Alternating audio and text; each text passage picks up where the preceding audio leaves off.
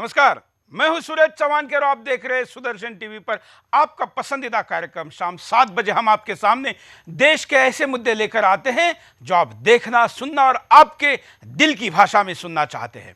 आपके सामने आज हम तालिबान यूनिवर्सिटी का एक चरित्र दिखा रहे हैं। आप कहेंगे कि तालिबान तो अफगानिस्तान में है। मित्रों, आपका यह भ्रम है और यही भ्रम पिछले हजारों साल से कई बार टूटने के बावजूद बार बार हम उसको आजमा कर देखते हैं। दिल्ली देश की राष्ट्रीय राजधानी के मध्य में जामिया मिलिया इस्लामिया यूनिवर्सिटी है। नाम से मुसलमान होने के बावजूद इसको केवल मुसलमानों की यूनिवर्सिटी कहने से कभी कोई गुस्सा होता है तो कभी कोई कहता है कि इसको केवल अल्पसंख्यकों की ही रहने दो। ऐसे यूनिवर्सिटी में अपनी ही पुरानी छात्रा जब तलाक पर, जो कि मुद्दा भी मुसलमानों से जुड़ा है, देश भर में जिसका जिक्र हो रहा है और दुनिया के 100 से ज्यादा देशों में ट्रिपल तलाक बैन है, ऐसे में उसी विषय पर भाषण देने जब अपनी ही एक पूर्व विद्यार्थी जब आती है तो उसको रोका जाता है। और तब इस देश का कोई भी स्वतंत्रता की बात करने वाला, भाषण की आजादी की बात करने वाला बोलना तो दूर ट्वीट भी नहीं करता है। ऐसे में हम आपके सामने मुद्दा लेकर आए हैं कि इस मुद्दे पर आपका क्या कहना है। हमारे साथ एक बड़े पैनल के साथ हम डिस्कशन करेंगे, लेकिन उसके पहले विस्तार से जरा मुद्दे को देखते हैं।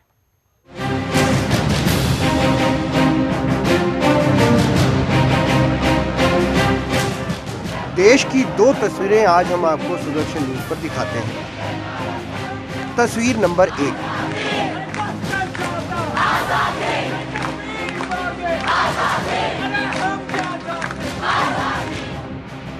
अभिव्यक्ति की आजादी के नाम पर डीयू में लिटरेरी सोसाइटी की तरफ से देशद्रोही खालिद को अपने विचार रखने के लिए बुलाया जाता है। जब एबीवीपी की तरफ से उसका विरोध किया जाता है तो उसके कार्यक्रम पर रोक तो लगा दी जाती है, लेकिन तभी राष्ट्रवाद की विचारधारा के विरोधी सक्रिय हो जाते हैं और फिर गुरमेहर के माध्यम से एक बड़े षड्यंत्र को अंजाम दे दिया जाता है।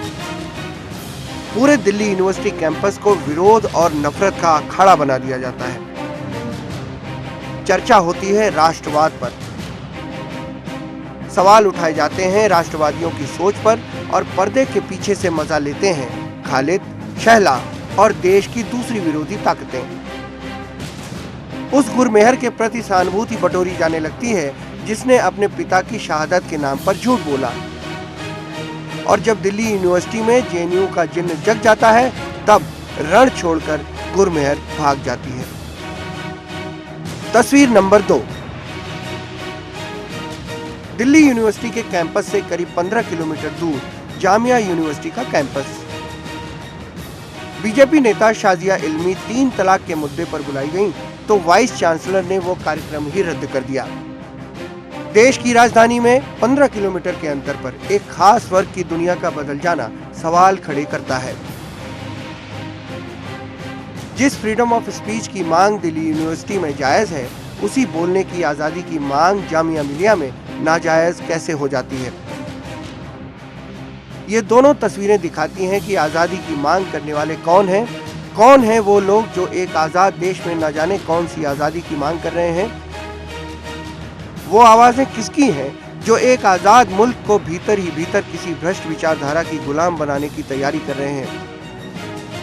अवार्ड वापस करने वाले रहनुमा कहां हैं, और सड़कों पर उतरकर अपने चुने हुए प्रधानमंत्री को गालियों से नवाजने वाले आज खामोश क्यों हैं। और सबसे आखिर में वो सवाल जिसका जवाब ढूंढने की कोशिश शायद कोई नहीं कर रहा है, वो कौन लोग हैं जो इस देश की युवा ताकत को एक दूसरी दिशा में ले जाने की साजिश कर रहे हैं, और क्यों हमारा युवा उन ताकतों के बहकावे में आता जा रहा है।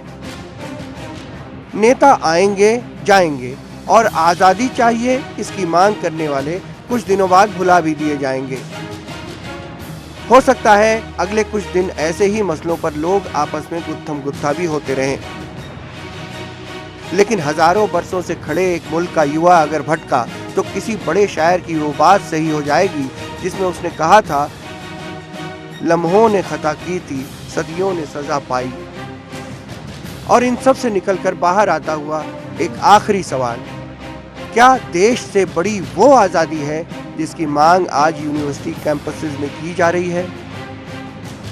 शाजिया के सवाल जायज हैं, लेकिन देश का मीडिया उन पर चर्चा क्यों नहीं कर रहा है?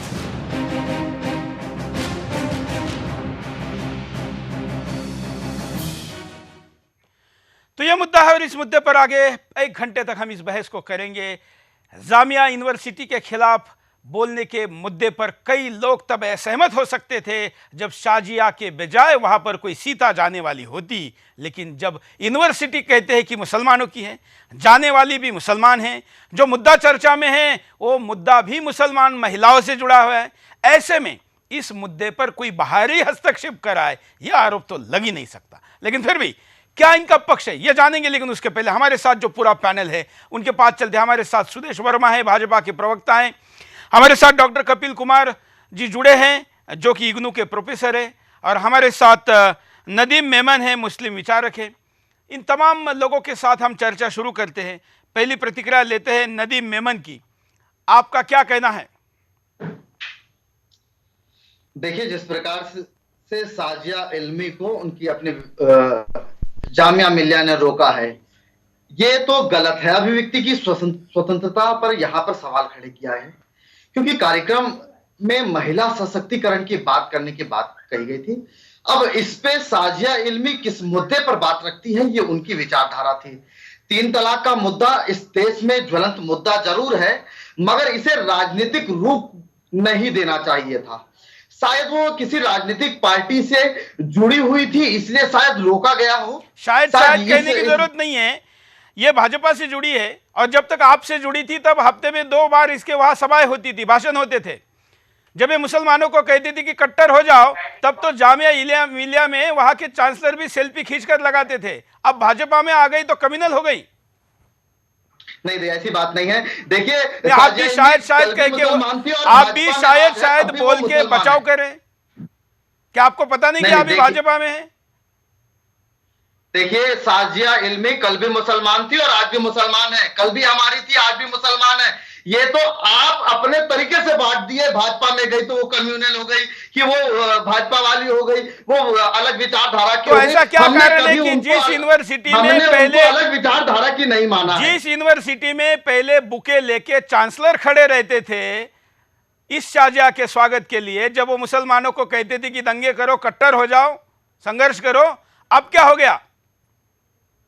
देखिए, ये यूनिवर्सिटी का पर्सनल मामला है, पहली बात। दूसरी बात, साजिया इल्मी, चलिए कम से कम इतना तो कहिए कि ये यूनिवर्सिटी तालिबानी है। देखिए, नहीं, कैसा किसी इल्मगाह को, किसी शिक्षा के संस्थान को, किसी शिक्षा के इस तरह से संज्ञा दे दी जाए, ये गलत है। और दूसरी बात, इल्मी, चलिए कम से कम आप तालिबान को गलत मानते हैं, यही बहुत हो गया। आपके पास दोबारा आऊंगा। हमारे साथ कपिल जी है। कपिल जी। चौहान साहब, इतने हास्यास्पद बात है कि जिस यूनिवर्सिटी की सारी ग्रांट केंद्रीय सरकार देती हो, बिल्कुल इस देश के टैक्स पेयर के ऊपर जो यूनिवर्सिटी चलती हो, बिल्कुल आपका और मेरा भी पैसा उसमें है, उसको ये कह रहे हैं कि ये यूनिवर्सिटी का निजी मामला है। आज जाकिर हुसैन साहब से ज्यादा कोई भी व्यक्ति परेशान नहीं होगा जो जामिया के अंदर हुआ है इस तरीके का। और मजे की बात यह है कि इनको रोकने के ऊपर वो जितने बड़े बड़े आहत हुए हैं, आज देश में नारे लगाते फिर रहे हैं कि स्वतंत्रता चाहिए, हमें आजादी चाहिए, बोलने की आजादी चाहिए, उन पे सबकी जबानें बंद हो गई हैं। और मेरे भाई भी जो हैं शायद कह के बात कर रहे हैं। अरे भाई, साफ बात कहिए, एक तरफ हो जाइए। या तो आप कहिए कि हम स्वतंत्रता में बोलने की विश्वास करते हैं, और अगर विश्वास करते हैं तो फिर यह नहीं चलेगा कि प्रोग्रेसिव और सो कॉल्ड लेफ्ट के नाम पे जो है स्वतंत्रता सिर्फ उनके लिए है, और कोई दूसरा व्यक्ति जो बोले उसका मुंह बंद कर दीजिए, उसको आने से कैंपस में रोक दीजिए। ये कहां की स्वतंत्रता है, कहां का प्रजातंत्र है, और कहां का विकासवाद है? और अगर इसको आप खाली जो बात आप कह रहे हैं कि मुस्लिम थी और मुस्लिम ही रहेंगे, अरे साहब, मैंने बचपन से जब भी मेरे से धर्म पूछा गया कॉलम के अंदर, मैंने अपना धर्म पहले भारतीय लिखा। मैं भारतीय हूं। शायद ऐसा होता है जामिया के संदर्भ में तो बात हो रहे। एक बात समझ लीजिए। चलिए सुदेश जी हमारे साथ जुड़े, मैं आपके पास इन्हें और बता दूं। हाँ, कि बहुत देशों के अंदर मुस्लिम है इस दुनिया के अंदर, लेकिन वो भी कहते हैं मैं इंडोनेशिया का मुस्लिम हूं, मैं सऊदी अरब का मुसलमान हूं, मैं पाकिस्तान का मुसलमान हूं। इन्हें शायद ये कहने में कुछ दिक्कत है कि मैं हिंदुस्तान का मुसलमान हूं। सुदेश जी, अब तो आपको बोलने की जरूरत नहीं, जामिया ने आपको बोलने के लिए पूरा मौका दे दिया है। देखिए बिल्कुल चौहान साहब, क्योंकि जो जामिया में हुआ, अगर आप उस मेजरिंग रॉड को अपनाएं तो क्या हम लोग को भी स्ट्रीट पर आ जाना चाहिए उनको अपोज करते हुए, जैसा कि डीयू में हो रहा है, हमें भी जुलूस निकाल देना चाहिए। ये लुम्पेनिज्म जो आपको डीयू में दिख रहा है, हम लोग लुम्पेन्स नहीं है, ये लुम्पेन एलिमेंट जो लेफ्ट के हैं, अगर प्रिंसिपल ने मना किया रामजस कॉलेज के तो उन्हें मान जाना चाहिए था, वो फिर से पिटीशन दे सकते थे। अगर वो घेराबंदी करने लगेंगे और मारपीट करने लगेंगे तो फिर काहे की डेमोक्रेसी, और उल्टा आप उसी को दोष दे रहे हैं कि जिसने वहाँ रोकने की कोशिश की। यही जेएनयू के छात्र हैं, मैं आपको बताता हूँ, मैं खुद जेएनयू का हूँ। शर्म होता है कि उन्होंने रामदेव को वहाँ युवा कॉन्फ्रेंस में जाने नहीं दिया था, स्वामी रामदेव जी को। कितने ही स्पीकर हैं, या तो उनको इंसल्ट किया जाता है या उन्हें बोलने नहीं दिया जाता वहाँ पर। डॉक्टर सुब्रमण्यम स्वामी दिल्ली यूनिवर्सिटी में कॉन्फ्रेंस कर रहे थे, उनको एकल किया गया था। ये तो अभिव्यक्ति की आज़ादी की बात करते हैं, लेकिन दूसरे की अभिव्यक्ति इनसे सहन नहीं होती। ये एक आइडियोलॉजिकल वार है जो ये चुनाव के स्तर में हार चुके हैं हमसे। इतना बड़ा मैंडेट हमें मिला और इसको ये बर्दाश्त नहीं कर पा रहे, पूरे कैंपस में वायलेंस फैलाना चाहते हैं। एक बच्ची 20 साल की, उसको यूज करके अपने राजनीतिक रोटी को सेकने की कोशिश कर रहे हैं, और ये बहुत ही निंदनीय है। इन्हें समझना चाहिए कि जो हमारे नेत्री के साथ हुआ, साजिया इल्मी के साथ, हम तो स्ट्रीट पर नहीं आए, जामिया को हमने नहीं घेरा कि आपने क्यों नहीं दिया। सुदेश जी, देखा जाए तो ये कोई इसके खिलाफ, साजिया के खिलाफ कम से कम ऐसा कोई केस तो नहीं चल रहा है जैसा देशद्रोह का केस उस उमर के खिलाफ चल रहा है। बिल्कुल। स्नेहा रशीद चौहान साहब, आपको पता है कि इन्होंने अपने फेसबुक में प्रोफेट मोहम्मद के खिलाफ भी लिखा और लॉर्ड राम के खिलाफ भी लिखा, जिसके कारण एफआईआर हुआ है। और उमर खालिद आपको पता ही, उसके खिलाफ सेडिशन का केस है। बिल्कुल। ऐसे व्यक्ति को आप सुनाना चाहते हैं, डीयू के छात्र को जो राष्ट्रीयता से प्रेरित हैं। बिल्कुल। चलिए छोटे से ब्रेक के लिए रुकते हैं। सुदेश जी, आपके पास भी आऊंगा इसी मुद्दे पर, आपकी राय सोशल मीडिया पर भी दे सकते हैं। छोटे से ब्रेक के लिए रुकते हैं।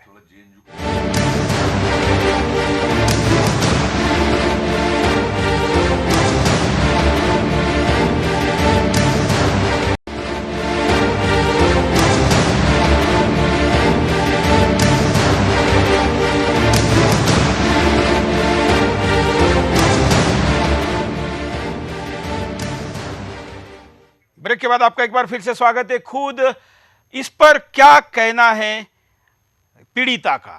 इसको पीड़िता इसलिए भी कहना चाहिए कि अपने जिस यूनिवर्सिटी, वैसे तो ये यूनिवर्सिटी हिंदुस्तान के टैक्स पेयर की है, भारत सरकार इसको पैसा देती है, लेकिन फिर भी एक पूर्व विद्यार्थी को भी नहीं जाने देती। बाहर के किसी नेता को जाने पर तो फिर भी विचार हो सकता है, लेकिन आपने उस व्यक्ति को जिसका इसके पहले 100 से ज्यादा बार आप स्वागत कर चुके हैं, भाषण अरेंज कर चुके हैं, उसको यूनिवर्सिटी गेस्ट कह चुके हैं, ऐसे ही साजिया का इस पूरे प्रकरण के बाद क्या कहना है, देखिए।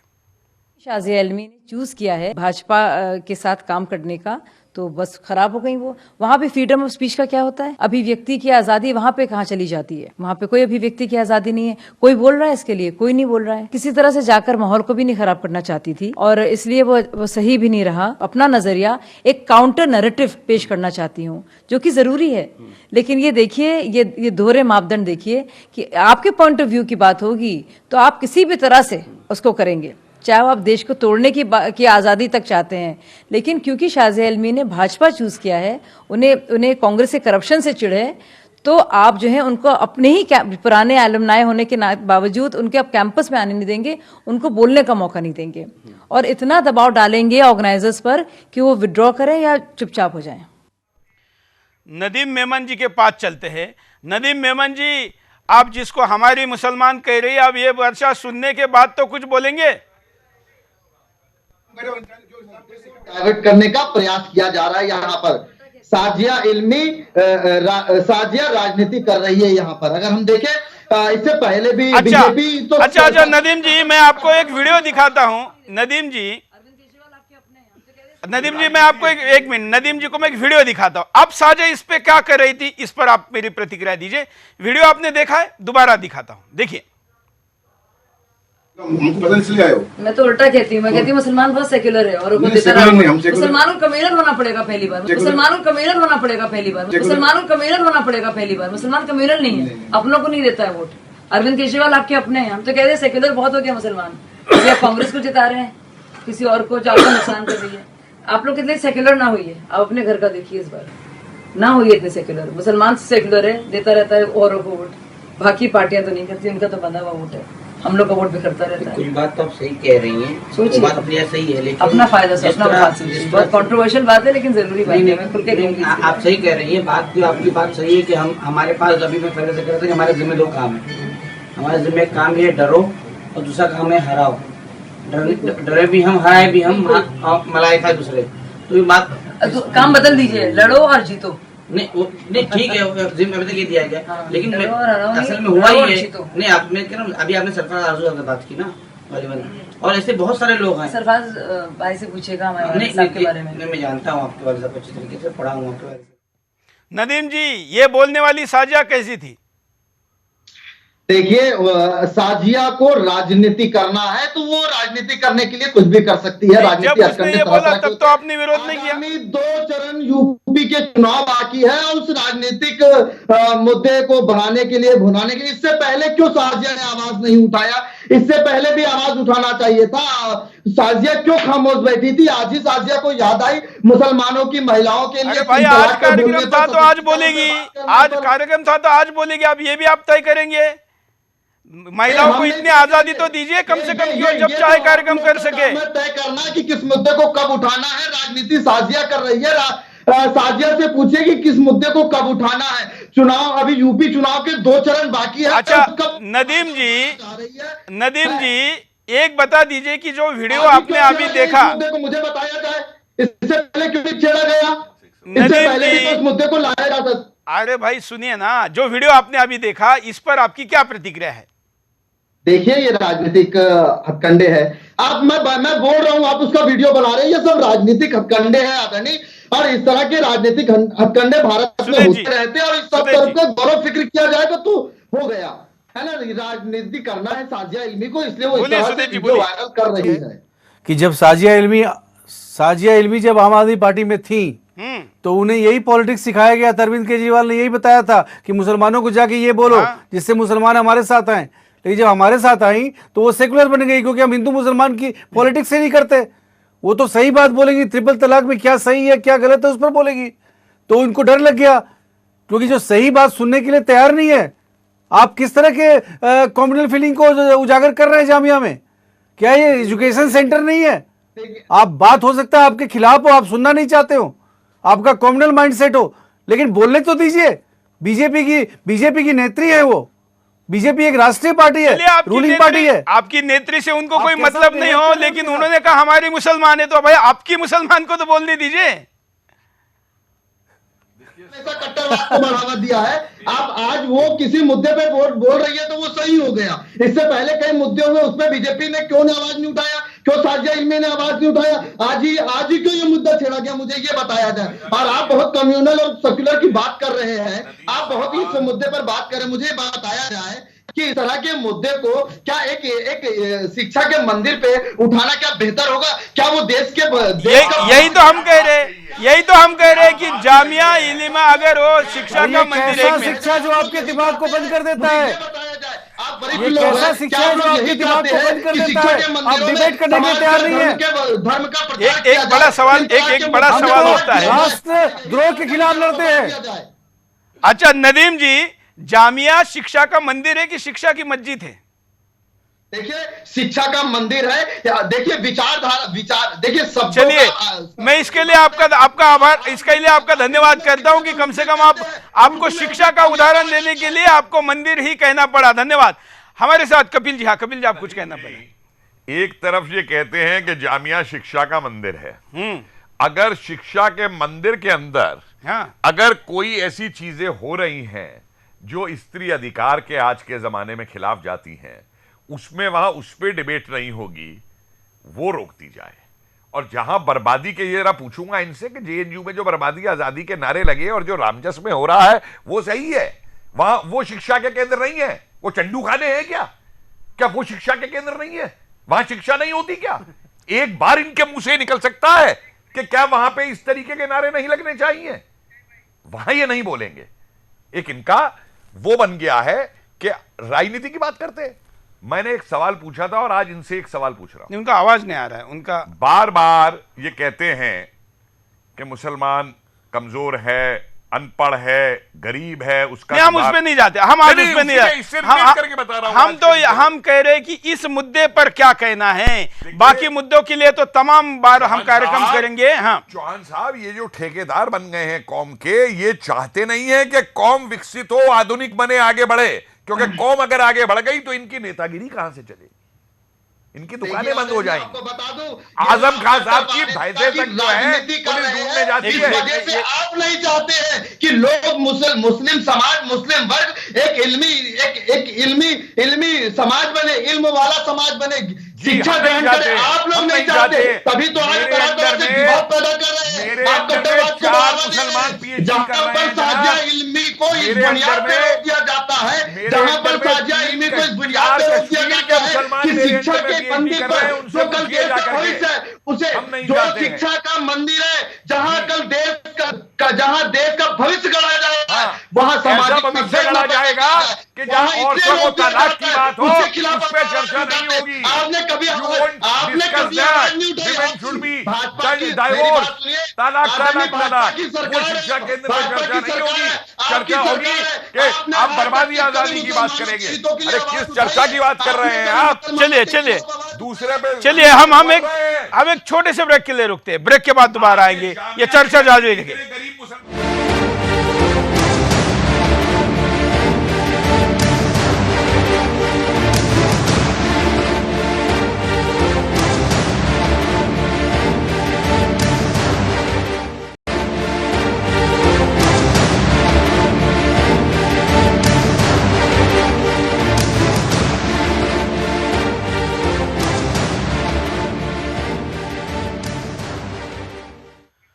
ब्रेक के बाद आपका एक बार फिर से स्वागत है। सीधे सुदेश जी के पास चलते, भाजपा का प्रवक्ते हैं, उनके पास चलते। सुदेश जी, ये यूनिवर्सिटी कभी माइनॉरिटी स्टेटस नहीं थी, लेकिन कांग्रेस के एक मंत्री ने, अर्जुन सिंह ने, जो कि most communal minister of the Bharat थे, उन्होंने इसको माइनॉरिटी का दर्जा दिया और उसके बदले में उनके नाम से वह सड़क बनाई गई है। अब ऐसे पुराने गलत फैसले को बदलने का समय आ गया है, क्या बदलेंगे इसको? निश्चित ही देखिए, अलीगढ़ मुस्लिम यूनिवर्सिटी के बारे में भी मामला कोर्ट में है, जामिया का ये मामला है। देखिए इंस्टीट्यूट तो हो ही नहीं सकती ये, क्योंकि अगर आप इसके स्ट्रक्चर को देखें, सेंट्रली फंडेड इंस्टीट्यूट है, तो सेंट्रली फंडेड कोई अगर यूनिवर्सिटी होती है तो माइनॉरिटी स्टेटस नहीं हो सकता। ये एक तर्क की बात है, जो वहाँ के लोग हैं नहीं मानेंगे, क्योंकि वो उसी डर से सोचते आए हैं। कांग्रेस की जो कॉम्युनल सोच है उसने इनको इतना दकियानूस बना दिया है कि ये उस मेंटेलिटी, सीज मेंटेलिटी से बाहर ही नहीं आ सकते। आप इनसे कोई चर्चा कर ही नहीं सकते, क्योंकि चर्चा का मतलब है कि आप इन्हें डराना चाह रहे हैं, आप इनके माइनॉरिटी स्टेटस को छीनना चाह रहे हैं। इस तरह का माहौल बना हुआ है पूरे देश में कि प्रधानमंत्री हमारे तत्कालीन डॉक्टर मनमोहन सिंह बोलते हैं कि माइनॉरिटीज़ का पहला राइट होना चाहिए रिसोर्सेज पर, उसको भी ये कॉम्युनल नहीं मानते हैं। और हम अगर ये मुद्दा उठा देते हैं उत्तर प्रदेश में कि वहाँ की सरकार अगर कब्रिस्तान को दे रही है तो शमशान घाट को भी दे, तो ये बहुत बड़ा मुद्दा हो जाता है। ये कर ले मुद्दा नहीं होगा, हम उठा दें तो मुद्दा हो जाएगा। ये पचा नहीं पाए हैं कि बीजेपी पूरी बहुमत से सत्ता में है और अच्छा काम कर रही है, और इसी कारण से जो डिसग्रंटेड एलिमेंट्स है, जिसको हम लुम्पेंस बोलते हैं, लेफ्ट के जो स्टूडेंट विंग है, वो तरह तरह से अपने सरपरस्ती में सीनियर लीडर्स के पूरे कैंपस को डिस्टर्ब करना चाहते हैं, जिससे कि जो इंटॉलरेंट इंडिया की बात हुई थी, आपको याद होगा जब लोग अपने अवार्ड को वापस कर रहे थे, नेशनल सेम था वो, अपने अवार्ड को जब वापस कर रहे थे, उसी तरह का माहौल मुझे लगता है फिर ये क्रिएट करना चाह रहे हैं। नदीम जी, एक बात को मानना पड़ेगा, मतलब रामजस कॉलेज में जब कोई मुद्दा होता है तो एक देशद्रोह का केस जिस पे चल रहा है उसके पक्ष में तमाम लोग खड़े हो जाते हैं, लेकिन एक मुस्लिम यूनिवर्सिटी के खिलाफ, हालांकि आप कह रहे हैं मुस्लिम, मैं नहीं कह रहा हूं, यूनिवर्सिटी में इतना बड़ा मामला होने के बावजूद देश का कोई व्यक्ति बोलता नहीं, यह आप लोगों का खौफ है, मानना पड़ेगा, मुसलमान से लोग डरते हैं। देखिए, इस मुल्क हिंदुस्तान में जब हिंदू बनारस हिंदू विश्वविद्यालय नाम रखा जा सकता है, तो अलीगढ़ मुस्लिम यूनिवर्सिटी जामिया मिलिया क्यों नहीं हो सकता? लेकिन उसमें हिंदू भी पढ़ता है, लेकिन उसमें मुसलमान भी पढ़ता है।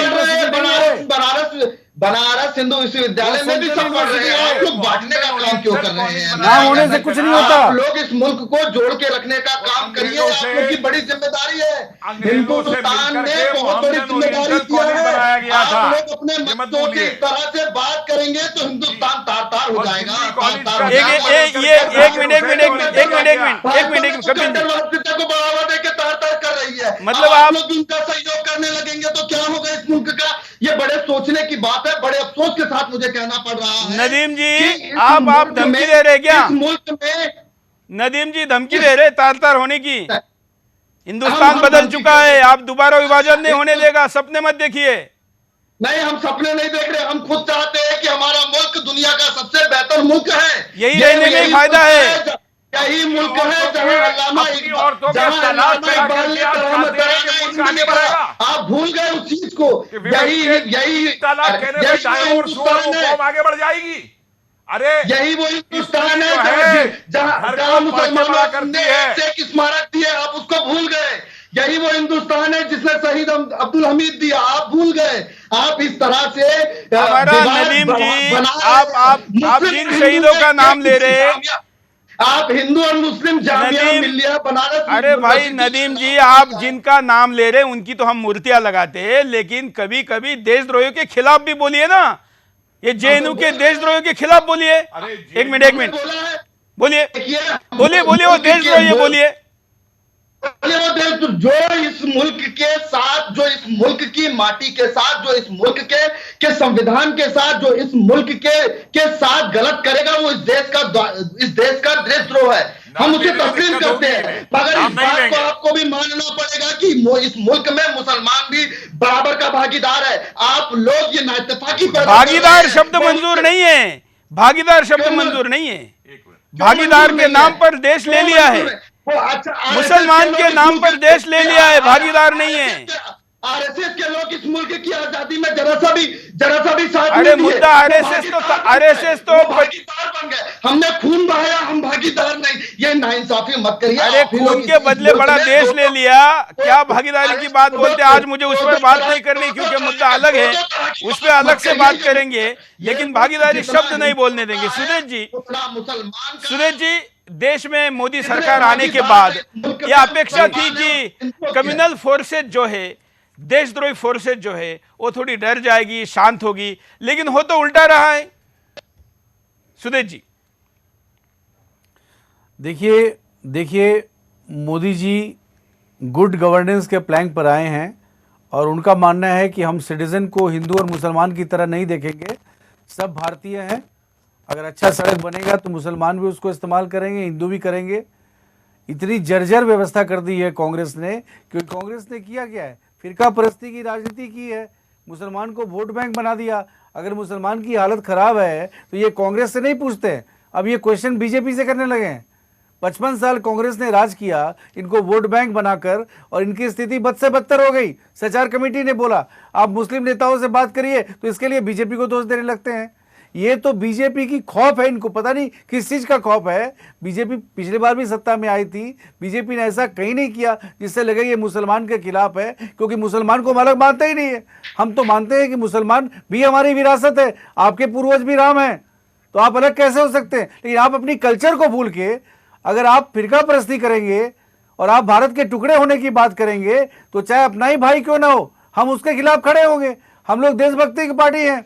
अरे भाई मत कहिए, भाई कह देंगे तो तुरंत दावा ठोक देंगे, लोगों को हिस्सा मांगेंगे। तोड़ने की राजनीति करने वाली पार्टी है, आप हमें मत बताइए। और मैं किसी कांग्रेस या भाजपा के सपोर्ट पे नहीं बैठा हूं, मैं मुसलमानों की सपोर्ट की बात करता हूं, मैं मुसलमानों के विकास की बात करता हूूं। अगर इतना ही अगर आपको सत्तर कमेटी की बात है तो इस हिंदुस्तान में सत्तर कमेटी कमीशन लागू कर दीजिए, हम मान जाएंगे आप हमारे मुसलमान। आप अगर भारत के नागरिक हैं तो आपको हर हक मिलेगा। मुसलमान होना जरूरी नहीं है उसके लिए, मुसलमान होने से कुछ ज्यादा नहीं मिलेगा आपको। मुसलमानों की बात करते हैं, आपको वही मिलेगा जो हर नागरिक को मिलता है। इस भ्रम से बाहर आ जाइए। हम लोग नागरिक की राजनीति कर रहे हैं। बोलिए साहब जरा ध्यान से हिंदू मुसलमान की राजनीति नहीं कर रहे। एक मिनट सॉरी, बोलिए। ये वो देश है जहां 4 धर्म पैदा हुए, उनमें से एक धर्म ऐसा नहीं है जिसने कभी तलवार के बस के ऊपर अपना प्रचार किया हो। 47 के अंदर देश का बंटवारा हुआ, फिर भी इस देश के बहुसंख्यक जो रहे, उन्होंने ये नहीं कहा कि दूसरे धर्म वाले यहां से बाहर निकल जाएं। पाकिस्तान में क्या हुआ, अहमदियों से क्या बिहेव होता है, शियाओं से क्या होता है, क्रिश्चियन से क्या होता है, बांग्लादेश में क्या हिंदुओं से क्या होता है, छोड़िए बलोच मुसलमानों से क्या होता है, पाक ऑक्युपाइड कश्मीर के मुसलमानों से क्या होता है, उस पे वहां मुसलमान नहीं है। सुनिए और ध्यान से सुनिए, सुषमा स्वराज जी सीरिया से किनको निकाल के लाई, यमन से किनको निकाल करके लाई, इराक से किनको निकाल करके लाई। जो आप बीजेपी पे आरोप लगा रहे हैं कि मुसलमान विरोधी है, अगर मुसलमान विरोधी भारत सरकार होती तो क्यों निकाल के लाती उनको वहां से। दिक्कत एक सबसे बड़ी ये हो गई है। और मेरा एक सवाल आपके नेताओं से है, जब आपके नेता ये कहते हैं कि मुसलमान पिछड़ा हुआ है, मैं मानता हूं, उसकी शिक्षा कम है, मैं मानता हूं, मेरा एक सवाल है कि जो नेता इस बात को उठा रहे हैं मुसलमान, इस सवाल को सरकार से पूछने से पहले अपने आप से ये पूछें कि मेरी कौम इतनी पिछड़ी हुई है, लेकिन मेरा कुनबा और मेरा परिवार इतना अमीर कैसे है, मेरा परिवार शिक्षित कैसे है, मेरे बच्चे विदेशों में कैसे पढ़ रहे हैं। और अगर वो खुद जवाब दे देगा इस सवाल का, तो पता चल जाएगा कि कौम पिछड़ी हुई क्यों है। आज कश्मीर के जितने सेपरेटिस्ट हैं, उनका एक का बच्चा कश्मीर में नहीं पढ़ता, बाहर पढ़ता है। वहां तो स्कूल जलाए जाते हैं, वहां तो स्कूल जलाए जाते हैं। अपने अंदर सुधार की भी बात होती है। मैं प्रोफेसर हूं, मैंने आपको बताया, मेरे अंदर में 4 कश्मीर के स्टूडेंट पीएचडी कर रहे हैं, उनसे पूछ लीजिएगा। ये सवाल अपने से भी पूछिए कि जिन लोगों ने कौम की ठेकेदारी ले ली, वो चाहते नहीं कि कौम ऊपर उठे, क्योंकि उनकी ठेकेदारी बंद हो जाएगी। जिस दिन आप जो सवाल उठा रहे हैं ना, अगर हर मुसलमान युवक उठ के सवाल उठाएगा, तो आपके जो नेता बने हुए, मायावती जी ने आपको दिखा दिया कि आपकी क्या औकात है। उन्होंने आपके इंजीनियर को टिकट नहीं दी, आपके सोशल वर्कर को टिकट नहीं दी। उन्होंने कहा आपको लीड सिर्फ क्रिमिनल कर सकता है मुख्तार अंसारी। इसके लिए आवाज उठाइए, कौम के लिए आवाज उठाइए। और सुनिए, हर कौम के अंदर समय के हिसाब से, दुनिया के कोई भी धर्म हो, देखिए मुस्लिम संप्रदाय में भी शिया बने, सुन्नी बने और बने, सवाल मुद्दा जहां से शुरू हुआ था कि शाहिदा इल्मी जिस पे जा रही थी बात करने 3 तलाक वाले इशू के ऊपर, इस तलाक के ऊपर मुझे एक बात बताइए, कितने, हम उस पे नहीं चर्चा करते, हम कितने देश दुनिया में मुसलमान देश हैं, इस्लामिक कंट्रीज है, स्पेशल कार्यक्रम करेंगे। हालांकि एक लाइन पूछ लेते, रोका जाए जामिया के अंदर। और मुझे 1 मिनट बताइए, जामिया के अंदर अर्जुन भाई, सड़क और नाम तो मरने के बाद किए जाते हैं। मुशीर साहब ने अर्जुन सिंह के जीते जीते जो है उनके नाम की वहां सड़क बनवा दी, डील हुई पूरी की पूरी। तब कोई क्यों नहीं आवाज उठी वहां पे आकर के उसके ऊपर जामिया के अंदर। मैं भी प्रेसिडेंट रहा हूं फेडकूठा का, मैं भी पढ़ाता हूं, प्रोफेसर हूं, मैंने भी जामिया में बहुत क्लोज से देखा है, मेरे दोस्त है, मेरे मित्र है, सब कुछ है उस लोगों के। और एक बात मैं और बता दूं आपको, चलिए हम एक जब तक अपने आप को माइनॉरिटी कहेंगे, कपिल जी हम थोड़ा एक ब्रेक लेते हैं, ब्रेक के बाद आएंगे। रामजस में क्या अपडेट है ये भी जानेंगे, छोटे से ब्रेक के बाद।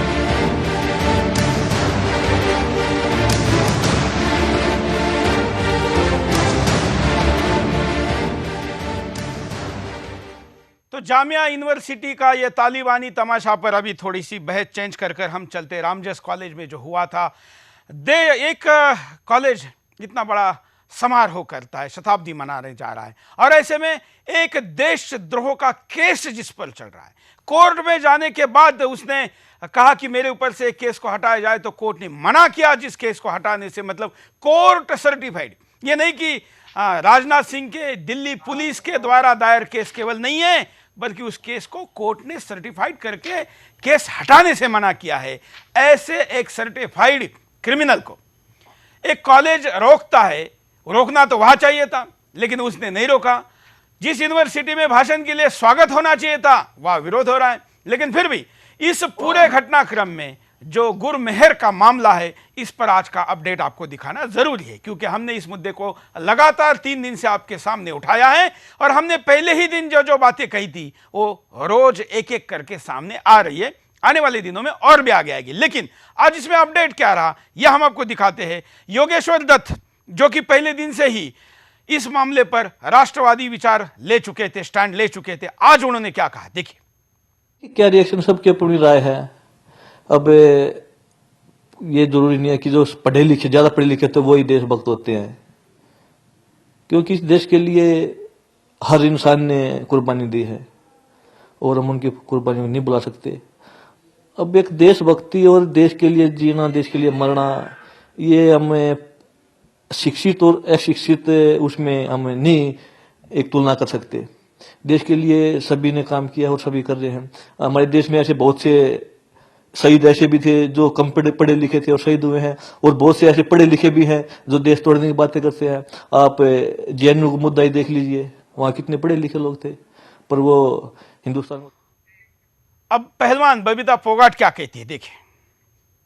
मुझे अपने आप पे भरोसा है, विश्वास है।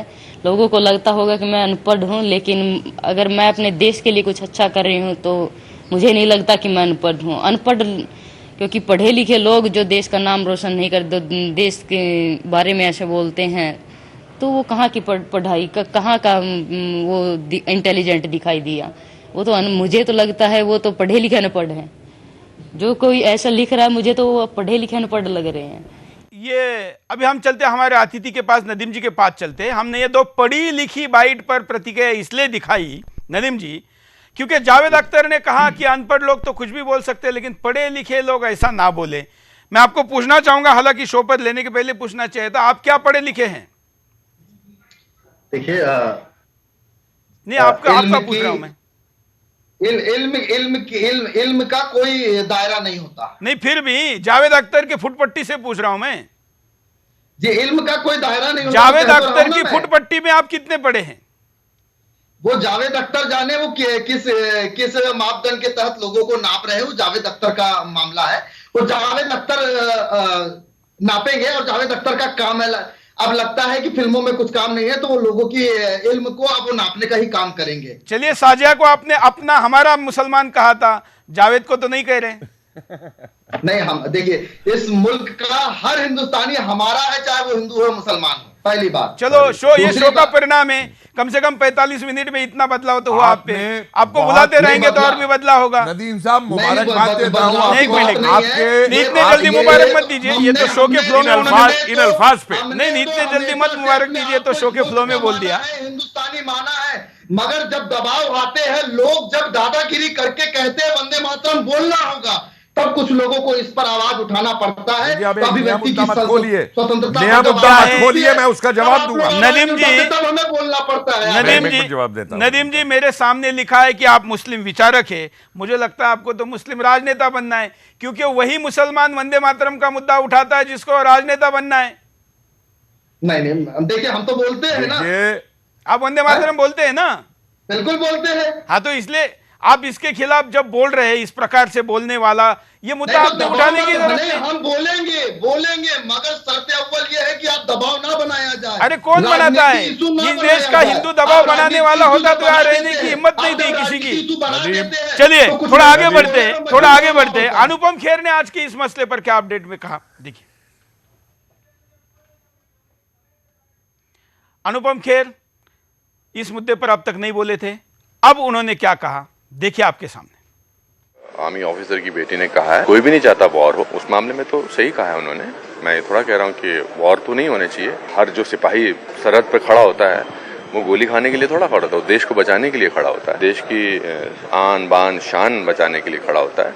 और वॉर तो कोई नहीं चाहता, कोई मुल्क थोड़ा चाहते हैं। आप चाहते हैं कि आपके पिताजी वॉर में जाएं, हम चाहते हैं कोई वॉर, हम पड़ोसी से वॉर नहीं चाहते। तो ये है, बट उनके इस मुद्दे को पॉलिटिकल तरीके से इस्तेमाल किया जा रहा है। वही चेहरे जो हर इस तरह का मुद्दा पकड़ते हैं, ढूंढते हैं, उनके इस बयान को पॉलिटिकल माइलेज दी जा रही है। तो जब पॉलिटिकल माइलेज कोई लेता है तो दूसरे लोग भी, उनको भी हक बनता है कि वो अपने मन की बात करें। सारी दुनिया जानती है, जो आपके चैनल के थ्रू मेरी बात सुन रहे हैं वो सब उन चेहरों को जानते हैं, बार बार नजर आते हैं, वो हास्यास्पद हो गए हैं चेहरे। सुदेश जी के पास चलते हैं। सुदेश जी, अब गुरमेहर तो यहाँ से चली गई क्योंकि उसको दिए हुए डायलॉग उससे बेहतर वो नहीं बोल सकती थी, प्ले कार्ड इससे बेहतर डिस्प्ले नहीं कर सकती थी, तो मीडिया के सामने उसको लाना रिस्की था, इसलिए तो उसको पैविलियन वापस भेज दिया है। अब इस विषय पर खुद केजरीवाल, महामहिम केजरीवाल खुद गए हैं। सुदेश जी,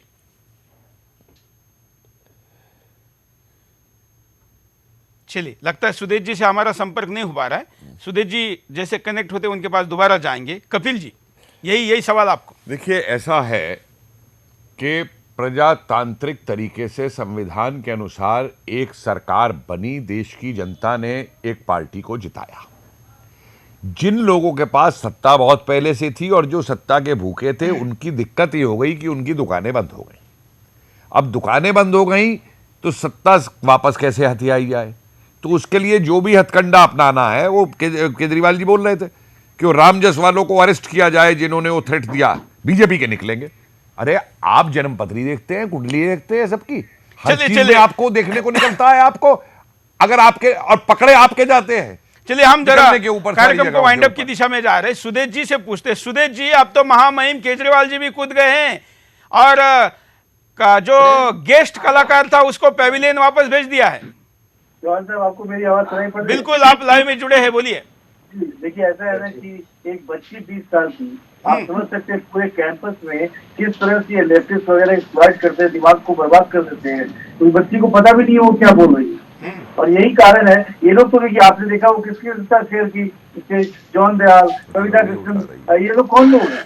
ये लोग स्टूडेंट के माइंड को पोल्यूट करते हैं। जिस बच्ची को पता ही नहीं लेफ्ट क्या है राइट क्या है, उसके अंदर आप इस तरह की बातें भर दिए हैं, बड़ा अफसोस होता है। और केजरीवाल साहब, इन्होंने तो बहुत से युवाओं का जिंदगी बर्बाद कर दिया अपने सीएम बनने के लिए, अपनी राजनीतिक वोटिंग सीखने के लिए। ये वही करते रहेंगे, इनका और कोई काम ही नहीं है। बच्चों को इन लोगों से बचना चाहिए, पढ़ाई करें अपना, और उसके बाद सोचे कि किस राजनीति को अपनाना है। कोई भी राजनीति अपनाए, देश भक्ति सबसे ऊपर है। चाहे वो बीजेपी से सीखे या किसी और से सीखे, देशभक्ति के ऊपर कुछ भी नहीं है। कुछ भी नहीं बोलना चाहिए कि भारत के टुकड़े होंगे, कुछ भी नहीं बोलना चाहिए कि भारत के टुकड़े होंगे। अगर ऐसे लोगों के साथ वो खड़े हो जाते हैं तो बाद में उन्हें अफसोस होगा कि उन्होंने ऐसी राजनीति का साथ दिया। आज नहीं, 4 साल 5 साल के बाद अफसोस होगा। बिल्कुल। चलिए, आज के इन दोनों मुद्दों पर जुड़ा एक दूसरे से है, क्योंकि एक का स्टैंडर्ड एक है, दूसरे का स्टैंडर्ड दूसरा है। लेकिन ऐसे डबल स्टैंडर्ड के मुद्दे जब आते हैं और खास करके यूनिवर्सिटी कैंपस में से आते हैं, तो ऐसे में देश को सही समझना जरूरी है। सुदेश जी के लिए मेरी एक सलाह है। सुदेश जी, जब से मोदी सरकार आई है, हमने पहले दिन ही कहा था कि अब सारे लेफ्टिस्ट और ये जो वैचारिक आतंकवादी है, ये महिलाओं का, दलितों का और अल्पसंख्यकों का मुद्दा उठाते रहेंगे। अब दिल्ली की 2 बड़ी यूनिवर्सिटी का नंबर तो लग चुका है, पहले हम बंगाल की एक यूनिवर्सिटी भी देख चुके हैं। अब आप सावधान हो जाइए और कोई अगली यूनिवर्सिटी कम से कम कहां से तमाशा खोलने वाली है, इस पर ध्यान दीजिए। आप तीनों का मैं आभारी हूं, लेकिन सुदर्शन पर हम कार्यक्रम खत्म कभी भी उपाय के बदल नहीं करते। और आज के पूरे प्रकरण में गायक अभिजीत ने बहुत अच्छी प्रतिक्रिया दी है, उसको दिखाते हुए मैं आपको छोड़ के चलता हूं। आज के लिए इतना ही। जय हिंद। आई विल नॉट ब्लेम हमारी बच्ची गुरमेहर को। This very unfortunate, one martyr's daughter, वो she is blaming whom? She is not blaming the enemies, the traditional enemy since years, सदियों से जो हमारे दुश्मन है, उनके बारे में इस तरह से मुंह बंद रखना। And there are people behind this. She is innocent, she is just growing. Brain wash करना बहुत इजी होता है। So there are 2 kind of people. One, everybody has to be nationalist.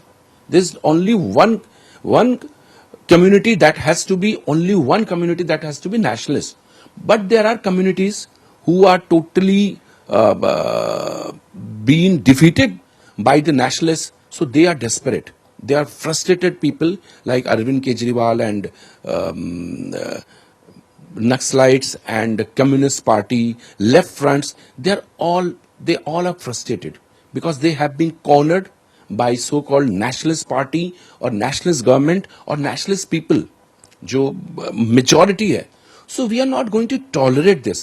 We will not support Gurmeher, but we will stand along with her to recover her from this kind of tragedy which she's suffering, and that is the cause is mainly by Arvind Kejriwal and his team. You can see the videos, you can see the people, see the person who are behind there. Whenever she is giving any statement, they are saying they are present and they are always with this group, Aam Aadmi Party.